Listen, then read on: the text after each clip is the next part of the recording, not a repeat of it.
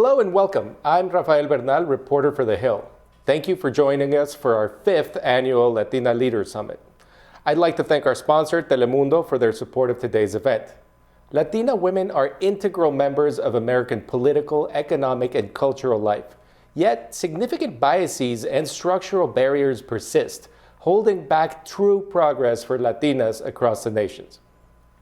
How can we address the lack of Latina representation among our institutions to better reflect the diversity of the American population? What should be done to create pathways to opportunity and growth? What strategies are needed to hardwire equity and inclusivity for Latina women and provide the resources they need to succeed? Over the next 2 hours, we will hear from Latina leaders from all walks of life for a discussion on empowerment and progress and how we can continue to build on Latina leadership across the U.S. I'm especially happy to be joined by Lex Juarez.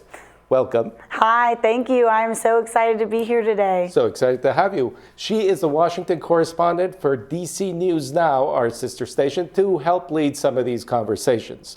But before we get underway, a few housekeeping notes. You can tweet us at The Hill Events using the hashtag #TheHillLatina.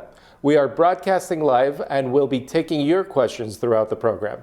As with any live stream, you could experience occasional trouble with the video. Refreshing the page should, in most cases, fix the problem. This is a wonderful interview with Adassa. She's a bilingual Afro-Latino voice actress, singer, and songwriter. And get ready, she plays Dolores in Disney's Encanto. So I spoke with her a short while ago. This is pre-tape. Take a listen. She's wonderful. So Adassa, I want to start, I mean, this is not going to surprise you, but with Encanto. It seems everybody who has access to it is watching it. And people who don't have access to it are trying to find ways to get access to it. Why do you think this, this story, this magical realism tale set in Colombia is sort of touching such a point with so many audiences worldwide? I think that each one of us has a vulnerable side and we try to hide it. We try to cover it up. We try to ignore it, like the Uncle Bruno, that was just, let's put a pin on that and let's not talk about it. And it really airs out a lot of the situations that we have in our own families and within ourselves where we feel we're not good enough or we feel that we're weak. And even though we try to hide those, we cannot fake it, but understand that they're there. And so this is a real story of a family. And if you notice, there's not a real villain either. It's just misunderstandings that happens on a daily basis.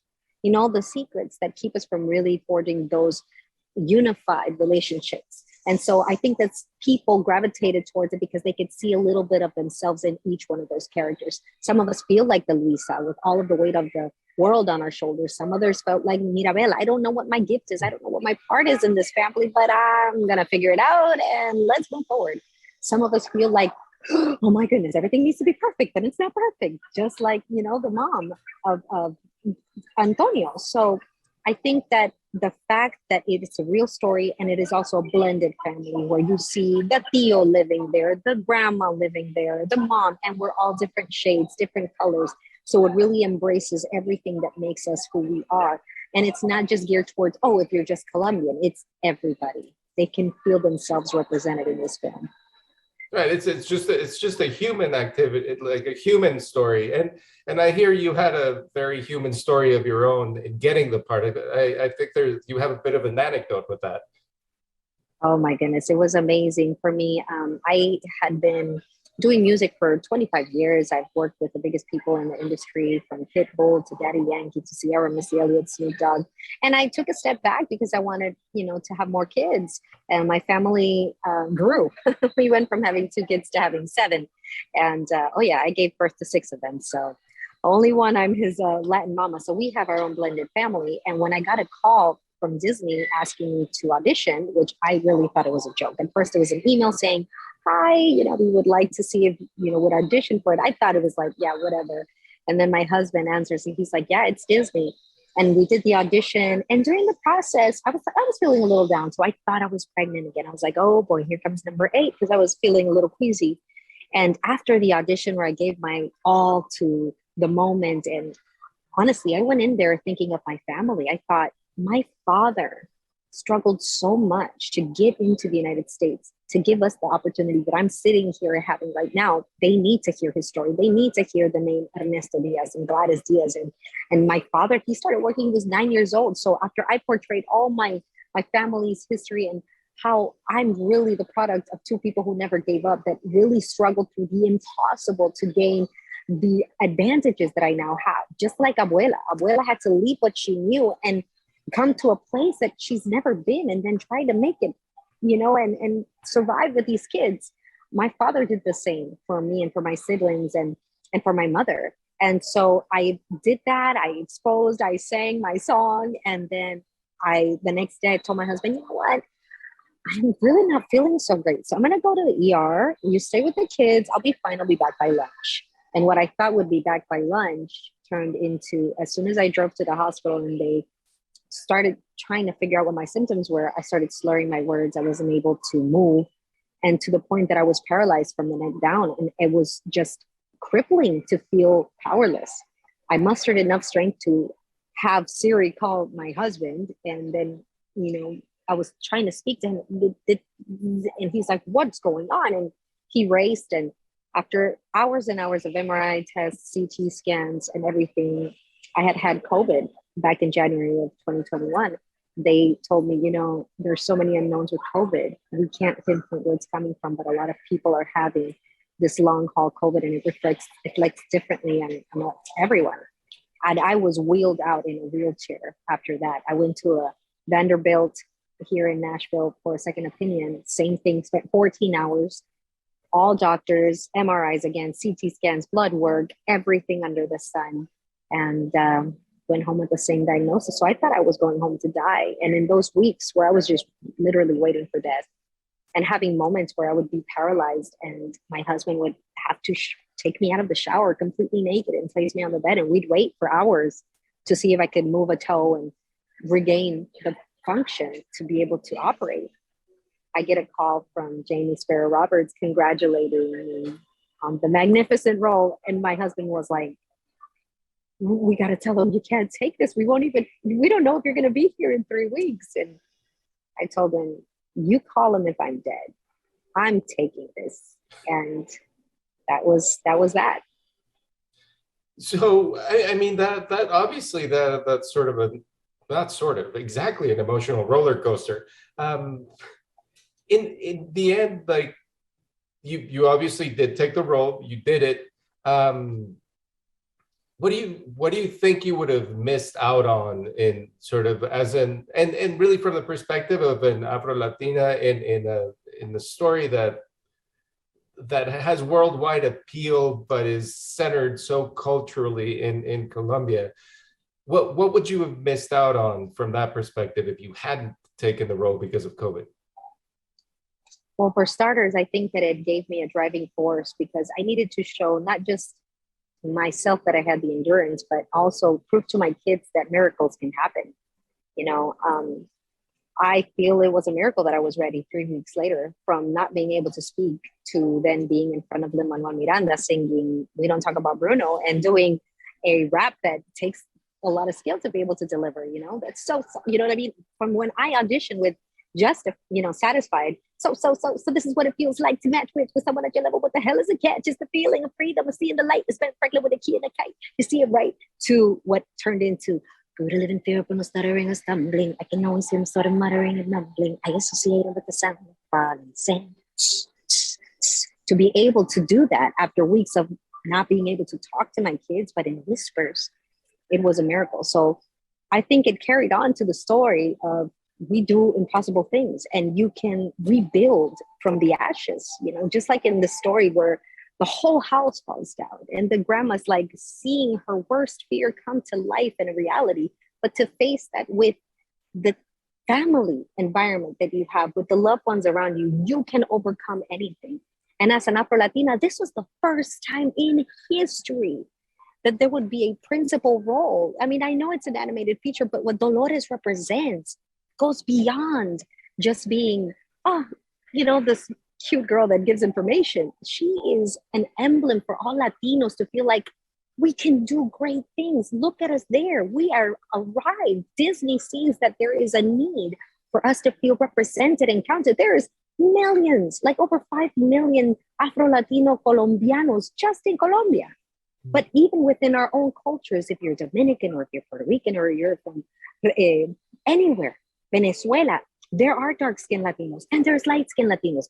And sometimes it becomes unbalanced to think, oh, they only come in one shade. And this film portrays the family as what it is. In one family, you'll have a light-skinned kid and you'll have another one with blue eyes and curly hair. And it's like, yeah, they're from the same mom and dad, and that is real. And so what would I have done if I wouldn't have had this film? I'm glad I didn't have to find out, because I think it would have been really sad to not be part of something so great and impactful that is really creating a ripple effect throughout the world for other creators to feel like they can do something great, that they should also invest in us because there is a need, there is a desire, there's a want to see more of ourselves represented. And so I really feel that because this age of diversity and inclusion has really come about, it gives us all an opportunity to be able to portray our gifts. I think there has been a notion of maybe there isn't a need for us, or there won't be an opportunity for us to showcase our gifts. And now it's giving Afro-Latinos and all Latinos to say, no, get ready. You better be ready, because your opportunity is just around the corner. When I was looking at your story, sort of researching where you came from, I was thinking about all the waves of Latin music that we, I'm old enough to remember the Menudo wave, but that might not be the most exciting one right now. But but then there was this sort of Latin pop in the early 2000s. I remember reading articles like the Latin wave is over, something else is going to come up, and then like reggaeton came, and people love it. Some people might not love it, but it was a complete revolution. Oh. And I'm thinking, when you're part of this revolution, when you're breaking ground on reggaeton, at any point, are you thinking like, this is my path to becoming a Disney princess? Never. I actually had the dream of doing something with Disney since I was a little girl. And when I saw The Little Mermaids, part of that world, when I heard Jodie Benson sing that song, I was like, I want to be part of that world. So my biggest dream when I was a kid was, I want to be an extra at Disney. I was like not even dreaming of ever being like in the princess family or royalty or any of this that has happened now. But I was just like, I want to be part of it. And when I did reggaeton, I was the second Afro female to ever be signed to a major record deal.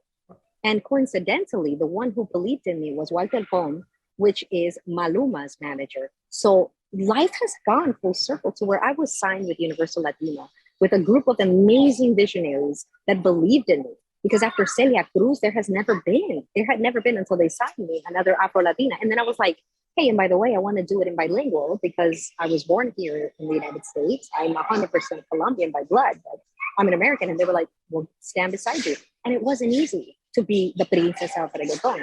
I mean, everybody that was in reggaeton at that time they were Boricuas, they were Puerto Rican, they were light skinned. And then I come in here and I'm like, hey, we're going to do this because this is my music too. So I had to face a lot of opposition. I had to break through a lot of barriers. I had to fight in my way to be able to earn my place. But at the same time, it gave me the courage to show that these things are possible, that I had people who did believe in me. And so now Disney is also showing me this is another realm of possibilities. Lin-Manuel Miranda, the incredible creator he is, to not just write these pieces of music, but to invest his heart and say, I'm going to put it all on the line. I'm going to do this. And I believe in our people. I believe in these stories can be told by Latinos and mixed array of them. That is the thing that I'm so excited about. But was it easy? No. But anything worth doing is never going to be easy. Anything worth doing. So if you're expecting extraordinary results with ordinary efforts, I can tell you right now, it's not going to happen. You got to be willing to put in the work and then to always be ready. Because even though I had retired 8 years ago and I was baking bread with my kids and being a stay-at-home mom and just working on film and TV music, when this opportunity came, I jumped up and I said, yes, I'm in. And I was ready. I would love to keep chatting pretty much forever. This is great, but we're running out of time. Thank you so much. Thank you so much for this conversation. Thank you for having me. This has been an amazing opportunity. And I really hope that everybody out there takes away that this is a story that is real, that it really comes from a place of love and affection.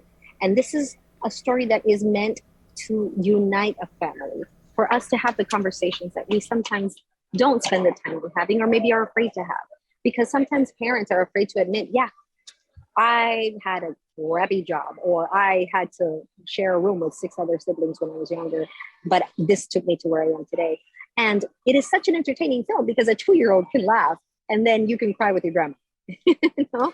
And it has that beauty for it. And I think that for all Latinos that are watching, this is the time in which your opportunities will come even more than ever. So become prepared and believe in your gifts, because the first person that has to believe in you is you. For you able to achieve the enduring journey that it is to be able to have an opportunity. It's not going to come easy. And when you get it, then you need to be ready and prepared for the journey ahead.